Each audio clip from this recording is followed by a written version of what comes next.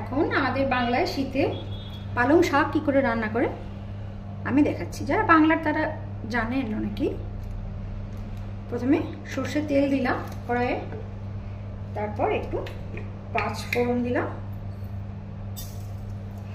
তুমি কোন কাননের ফুল, কোন গগনের তারা, তোমায় কোথায় দেখেছি যেন কোন স্বপ্নের পারা, তুমি কোন কাননের ফুল,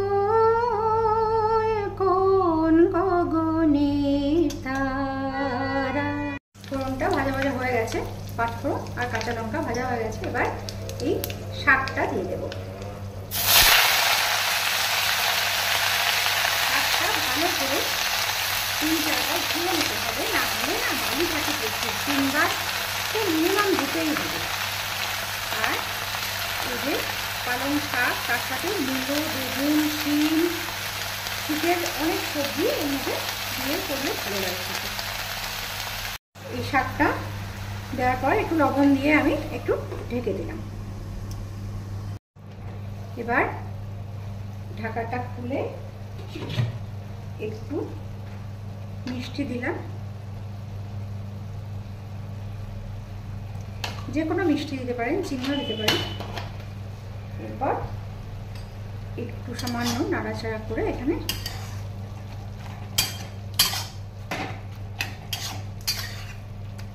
এটা সিদ্ধ হয়ে গেছে ভালোভাবে।